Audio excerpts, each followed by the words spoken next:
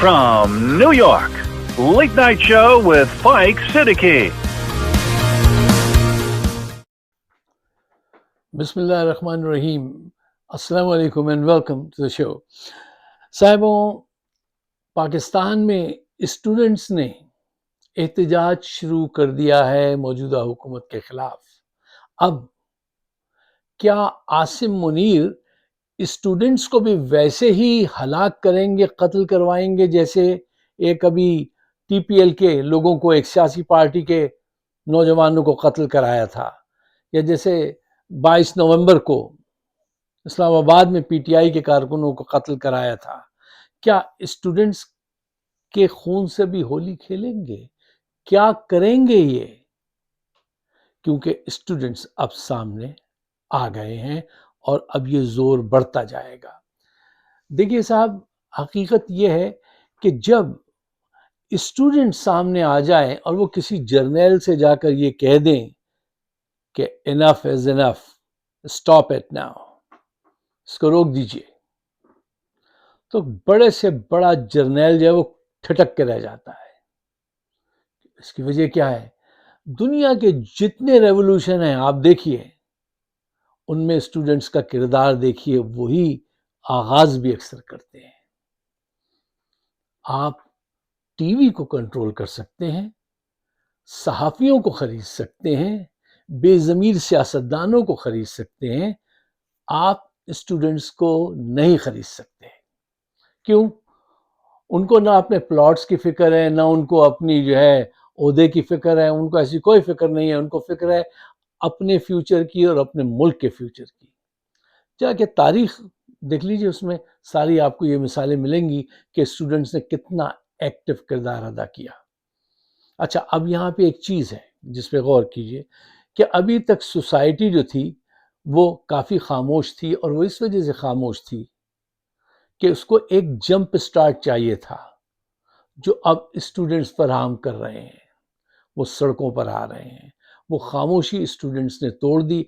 और जब स्टूडेंट्स आगे निकलते हैं, आगे बढ़ते हैं, तो फिर माशरे का हर तबका उनका साथ देता है, चाहे वो वकला हों, सहाफ़ी हों, जजेस हों, आम आवाम हो, सब मिलकर स्टूडेंट्स के साथ आगे बढ़ते हैं। आपको याद नहीं कि अयूब खान को रास्ता किसने दिखाया था? अली मुख्तार रिजवी, मिराज मोहम्मद खान। उनको लाहौर ले जाकर, कराची से गिरफ्तार करके लाहौर ले जाके ठंडी बर्फ की सिलों पे लिटा के मारते थे और नाखून खींचते थे, लेकिन उन्होंने रास्ता दिखाया। अयूब खान को किसी सियासी पार्टी ने शिकस्त नहीं दी थी, स्टूडेंट ने शिकस्त दी थी।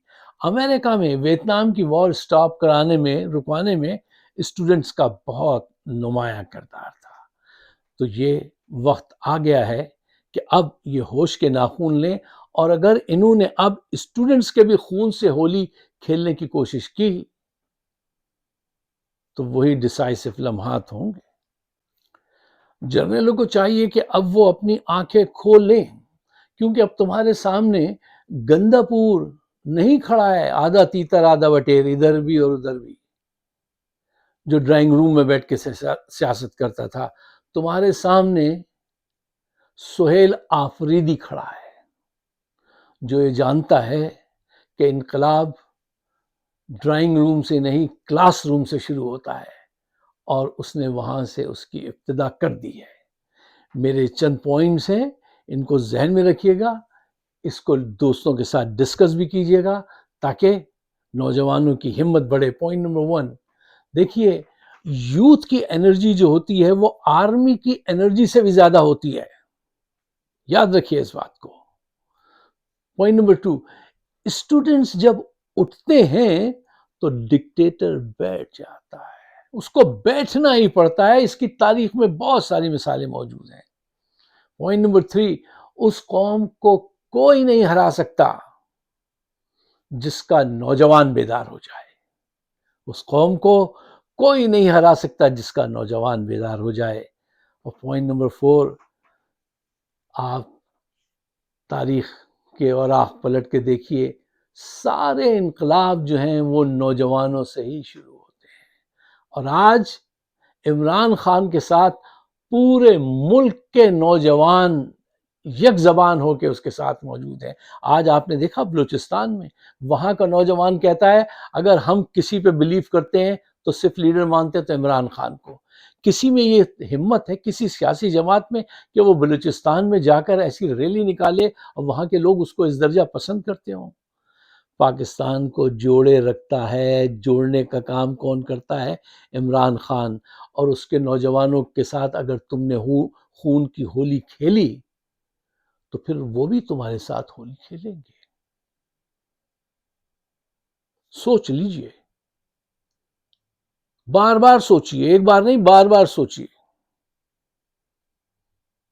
ہاں، اب میں اپنے پنجاب کے، خاص کر کے سندھ کے نوجوانوں سے کہتا ہوں کہ آپ بھی سامنے آئیے اور اس موومنٹ کو لے کے آگے چلیے، آپ کے اپنے فیوچر کے لیے، پاکستان کے بہتر مستقبل کے لیے۔